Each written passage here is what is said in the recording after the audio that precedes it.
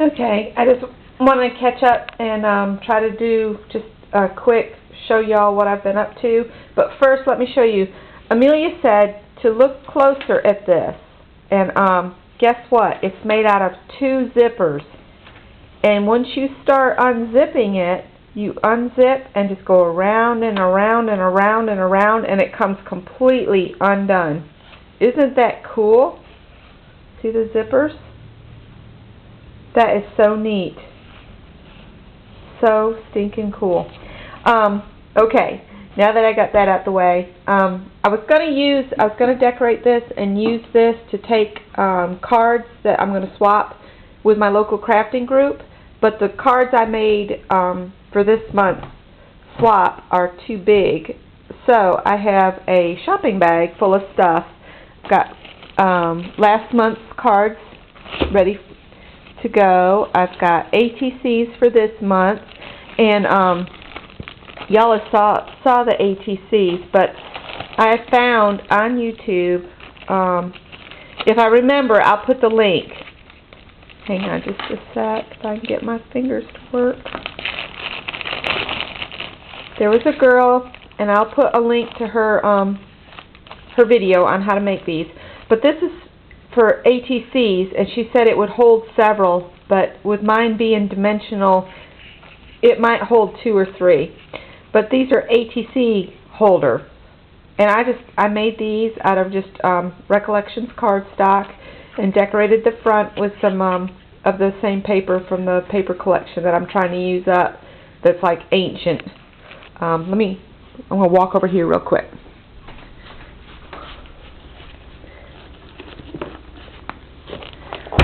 Sorry guys, I bought a bunch of paper for something else. But this is the pad I'm trying to get used up, and you can tell that's like really old. Don't even know, it's by Provo Craft. That tells you how old it was. Okay, back over to the table.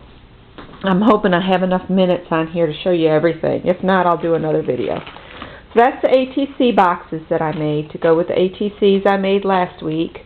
Then the cards I made this week were so dimensional that,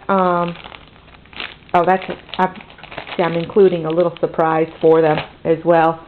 I'm going to walk over here. I'm sorry I'm moving you guys around so much, but I've got some extras that I can send out in racks here. So this is what those dimensional boxes look like for your cards.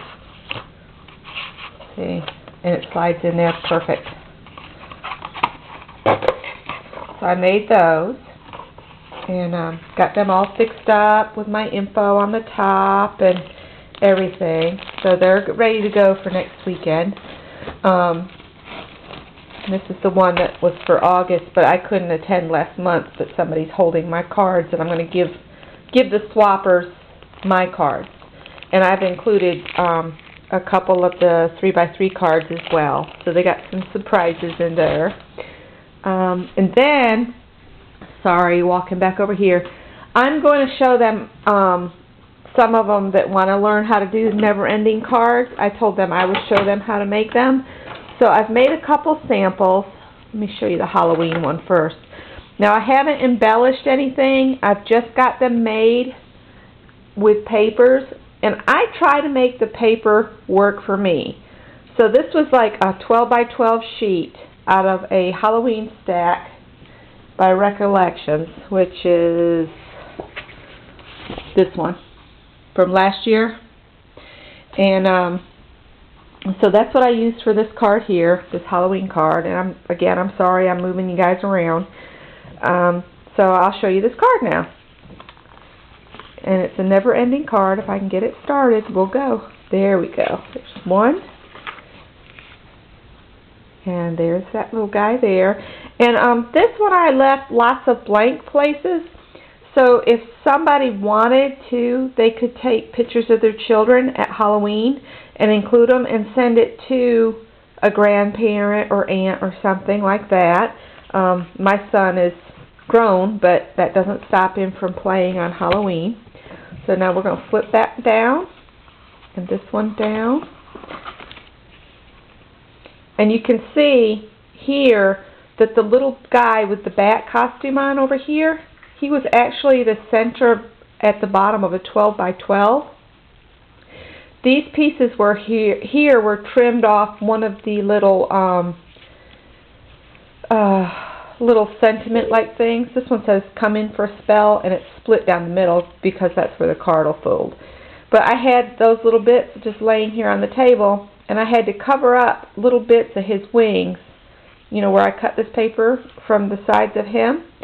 So I used that so it looks kind of like a curtain. And this is another one of the little cards that comes with it that I just trimmed down to fit these two slots. And then you flip it one more time this way, and this is the last page before you get back to the beginning. And this one says, "I love candy," and you can tell this is part of a 12 by 12 sheet, and I just cut it to fit the segments. And then we're back at the beginning, just like that. Now this other one I'm going to turn into, and this one I made, alright, this one I made 8 inches square. This one here is 6 by 6. And the math for this is super easy. You can make these cards any size. Your units are going to be half as wide as they are long, and then in this section you apply glue, or adhesive, to half of the width in the corners. So you'll have 4 sheets like this, 1, 2, and then when you turn it over, 3, 4, and then you apply adhesive here and here, here and here, on 2. So you, there would be adhesive here, adhesive here, adhesive here, and then the other side, when you put them down, you're going to put it the opposite direction. So like these are like this, the other side is like this. Okay? You adhere it down, and then you start manipulating it. And you really have to be precise on how you get them so it's nice and even, so they'll open properly for you. Okay? So when you open it, and even if you get it off just a little bit, you can trim later, but they're easier than they look, and there's lots of videos out there, is why I haven't done one. So you open this one up like this, and you see you have to work with them for a while before they'll stay, and recrease them. And then this one opens this way, and then this way, and then we'll be back at the beginning here. And that's what I've made. I think that covers everything that I wanted to talk about. Thanks for watching. Bye-bye.